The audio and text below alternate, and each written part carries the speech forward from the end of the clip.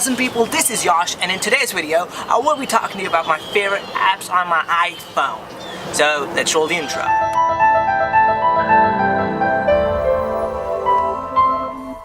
The first app that I want to talk to you guys about is Robinhood. Robinhood is a very clean and a nice app, and what I usually use it, and that's what it's meant to be used for, is stocks. So it gives you all the stocks and all the things that you could actually buy off of the NASDAQ or the New York Stock Exchange, and everything is listed really nice and clean, and all of these could be bought and sold commission free on Robinhood.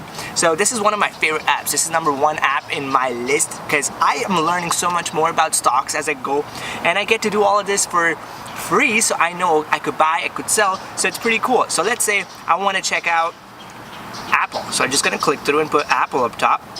It'll show me what's the link and tell me more about it. So as I scroll up, I'm gonna hide up my information and just go directly to stats. It tells me what was the open rate today, what's the total volume of the company, average volume, market capital, profit and equity ratio, dividend and yield ratio, everything is there. 52-week high, 52-week low. I have all that information on my fingertips. I could see what's going on, what are the analysts saying, is it buy or sell, and pretty simple. Then I have others that people bought, so I could check those out. A lot of cool features in this app, so I could just simply hit here, trade, buy, sell, trade options, and that's pretty cool. So I like this app and I recommend highly for you guys. The second app that I recommend everybody to have is their bank app. So if you have Bank of America, I have Bank of America, and I have the Bank of America app. I love that app because of many reasons. You need to know what's going on. A lot of people tend to not check out their statements, not check what's going on in their credit card statement and their checking accounts, everything. I like to just click on that thing, scan my face, because hey, I got Apple iPhone XS, and that scans my face. So I just scan my face and scroll through and just check what's going on. I'm not going to be showing you the notifications and stuff that it shows because I don't want to show you my bank balance and show you how bougie I am, but I love this app, and I always recommend everyone to have their own bank's app on their phone so they could check their checking account, their credit card statements, because those things are very important and a lot of times they go unnoticed. So if there are any charges or fees that your bank has imposed on your account, you could just simply talk to them about it or get rid of them completely, and that's a very important feature. So you need to have whatever bank you're running, their app on your phone so you could check it on the go. So that's what I like to do. That's like the third thing on my to-do list every day in the morning. I check out my bank account and check my checking details, and I see what's going on and what's not. So that's the second app, guys.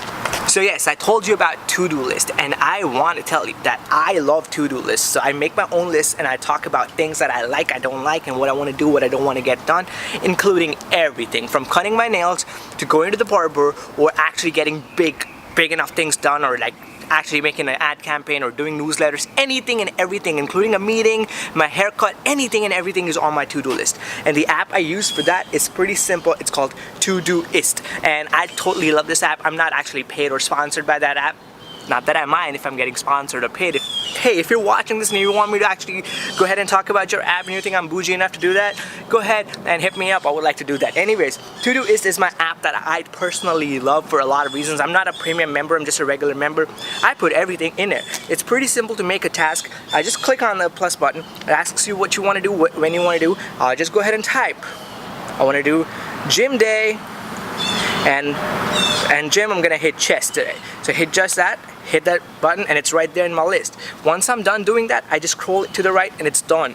So it's pretty nice, and it's a very nice feeling to go ahead and actually scroll things to the left and right, and makes it pretty nice. So ignore all the to-do things that I already have on my list, because hey man, I gotta put them on there. One other app, guys, that I personally love to do and use, because now that I'm using Robinhood, I've told you about how I'm getting into investment and I'm enjoying the whole idea of investing and figuring out stuff like that.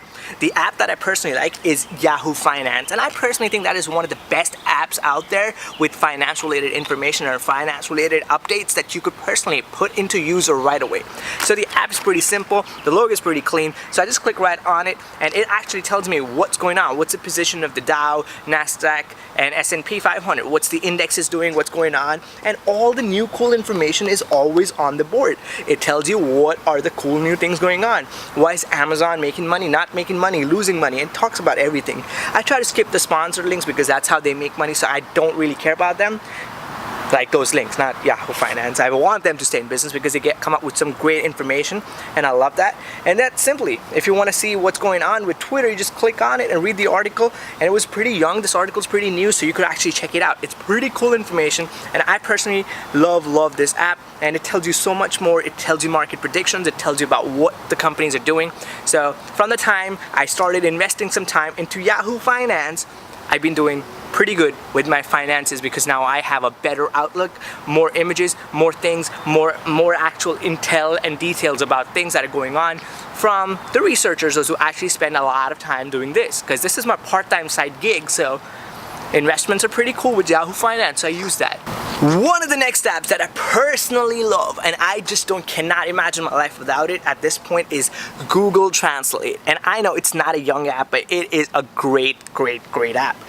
So it's pretty simple. Google Translate is so cool, and I kind of use it on daily basis at this point, because I have some people that I'm talking to, they're not on board with me on a meeting, or if I'm going to tell them something and English is not their first language, or they speak some other language but they understand English and there are a few words that I want to tell them but they're not able to catch it. And I keep my ears open and my eyes open for the reactions, and sometimes I see that they're not reacting in a way that like, oh, they understand, or like, oh, it rings the bell, because I exactly know how it should do. So this is a great app because I could translate anything from the English language, the language that I speak, or the language that I'm very familiar with. So if it's Spanish, French, English, Japanese, whatever language it is for you, and you want to translate to another language, Google Translate is awesome.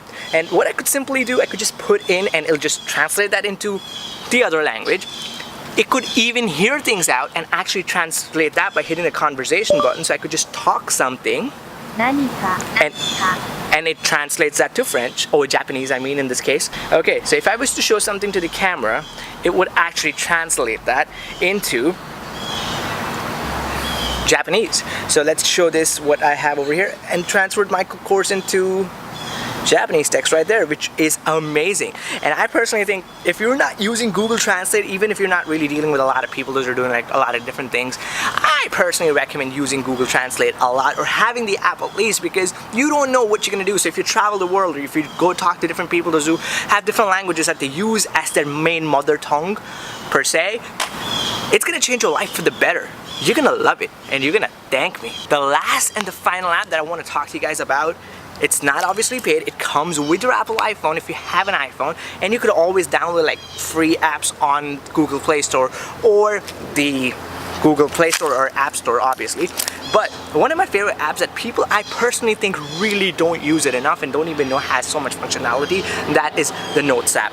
So I personally love the Notes app because I take notes on everything. If I have a new business idea, I'm gonna write it down. I'm gonna open up a new note and just put in a new note and leave it there. Because most times than not, you know why people are not coming up with great different ideas? Because it came to them and they never took a note of it, so they can never go back to it and actually realize what's going on.